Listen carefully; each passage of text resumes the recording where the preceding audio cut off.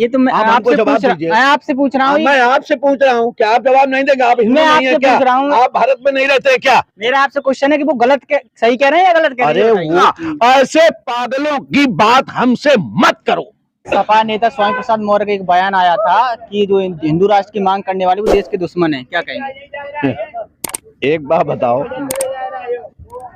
स्वामी प्रसाद मौर्य जो कह रहे हैं कि हिंदू राष्ट्र बनाने वाले देश के दुश्मन हैं, तो उनसे ये पूछ लो कि आप रहते कहाँ हो और कहाँ रहने जाओगे। मैं उनसे केवल एक बात आपके चैनल के माध्यम से पूछना चाहता हूँ।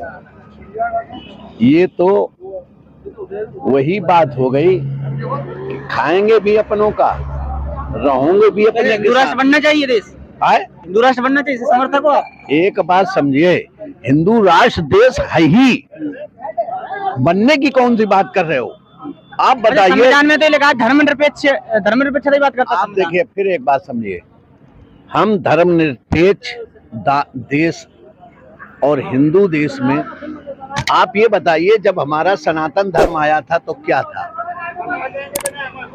ये जो बार बार बदले गए हैं, हिंदू राष्ट्र का कोई ये मतलब नहीं है। पाकिस्तान अगर गया तो इस्लामिक देश मान लिया, हमारी जनता हिंदू देश मानती है। यहाँ की 80% जनता वो वाल्मीकि के यहाँ जो होता वही। वो ये भी बोल रहे हैं कि हिंदू का मतलब है कि मतलब गाली देना है, गाली देना बोलते हैं कि हिंदू का मतलब। अब आपका क्या नाम है? मेरा नाम योगेंद्र नाम है। तो तुम क्या वो जो कह रहे हैं उससे सहमत हो? नहीं, ये तो मैं आपसे पूछ रहा हूँ। मैं आपसे पूछ रहा हूँ, क्या आप जवाब नहीं देंगे? आप हिंदू नहीं है क्या? आप भारत में नहीं रहते क्या? मेरा आपसे क्वेश्चन है कि वो सही कह रहे हैं या गलत कह रहे हैं? अरे वो तो 100% गलत बोलते हैं, उनकी बातें नहीं है। उन्होंने अगर सही बोला होता तो जिस पार्टी में आके उनको सम्मान दिया गया उसी पार्टी से हटे, और बार बार हार रहे हैं, थके हैं। मैं स्वामी प्रसाद मौर्य के साथ विधायक रहा हूँ, उनकी आवाज तेज है, व्यवहार बहुत खराब है। कुछ नकारात्मक लोगों में है कि उन्हें मालूम है कि मैं कुछ नकारात्मक बात बोलेंगे तो उससे मेरा प्रचार हो जाएगा। आप पूछ क्यों रहे हो? अगर वो इतना ना कहते तो आप एमपी में हमसे पूछ रहे हो। लगातार हम उनके ट्वीट देखते रहते हैं, ट्विटर पे एक्टिव रहते हैं, तो वो ज्यादातर हिंदू राष्ट्र पर ज्यादा अपनी टिप्पणी देते हैं। भाई हमको ये बताओ, अब वो कहाँ पैदा भये हैं, किससे पैदा भये हो, किस गुरु से शिक्षा ली है, ये वो बताओ।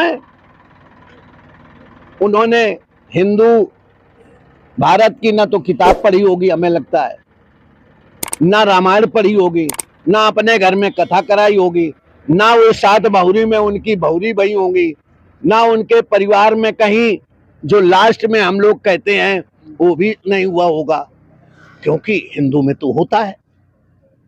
हम हिंदू सब हैं, तो हमारे यहाँ चाहे वाल्मीकि हो उसके यहाँ भी बहुरी पड़ती है, हमारे यहाँ ब्राह्मण के यहाँ भी बहुरी पड़ती है, उसी में सब आ गए। तो जब हम इस देश के साथी हैं कि आज मेरे यहाँ मुस्लिम धर्म आज खुश है, हम उसको पूर्ण सम्मान करते हैं। ईसाई धर्म खुश है, यहूदी धर्म खुश है, हिंदू मुस्लिम सिख धर्म खुश है, क्योंकि भारत में अनेक भाषाओं में अनेक भावों में ध्यान रहता है।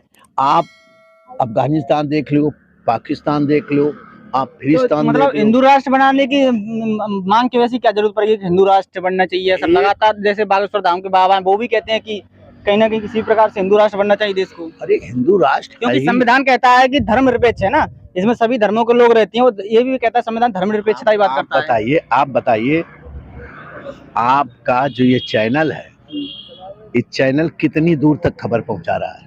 पूरे जो तो जहाँ तक पूरे देश में पहुंचा रहा है, पूरे देश में तो सब जगह चल रहा है। मैं इस चैनल के माध्यम से कहता हूँ कि हम जिस देश में रहते हैं वो देश हमारा है, हम जिस देश में रहते हैं वो हमारे पूर्वजों ने बनाया है। कहीं लिखा है शादी कैसे होती है, कहीं लिखा है तिरही कैसे होती है। ये भारत देश है, राम ने जूठी सबरी के बेर खाए थे, राम ने केवट को गले लगाया था। ये वो भारत देश है जो सभी के साथ मिलकर। आप बताइए, अभी आपकी तो शादी नहीं हुई, हमारी शादी हुई, हमारे बेटों की शादी हुई, धनुकिन चाची आई, धोबिन भाभी आई, झाड़ू लगाने वाले वाल्मीकि समाज की बहन आई, बारी आया, जब तक ये आए नहीं तब तक हमारा काम शादी का पूरा नहीं हुआ। कहीं लिखा पढ़ी चलिए में ठीक है, क्या? आपका कहना ठीक है, लेकिन कहीं ना कहीं वो ये भी आरोप लगाते हैं कि अगर हिंदू राष्ट्र बनेगा देश तो इसमें मतलब हिंदू धर्म में जातीय भेदभाव ऊंच नीच है। कहाँ ऊंच नीच है? हम संघ से निकले हैं, वहां योगेंद्र जी, रघुनंदन जी, राम महेश जी, पूरन चंद जी, कुछ है ही नहीं। एक साथ भोजन, एक साथ चाय। अब ऐसे लोग हैं, अराजक तत्व लोगों का कोई भी क्या बोल जाए। आपने कभी पागल आदमी को देखा है? देखा होगा कभी कभी, देखा है। आए वो सीधे जा रहा है और कितनी जल्दी घूम जाता है, और क्या कहो तुम्हें गाली देने लगे। अच्छा, तो एक और ऐसे एक बयान पागलों का, ऐसे पागलों की बात हमसे मत करो।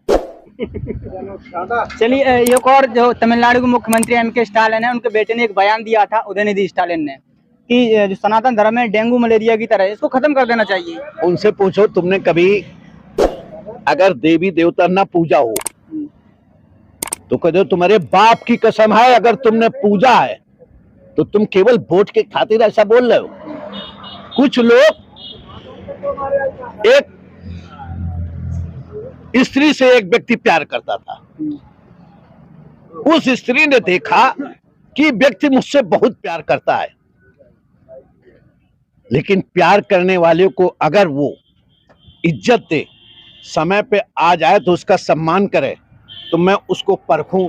तो उनका अगर तुम्हें मुझे बहुत चाहते हो तो अपनी अम्मा को बार के आओ।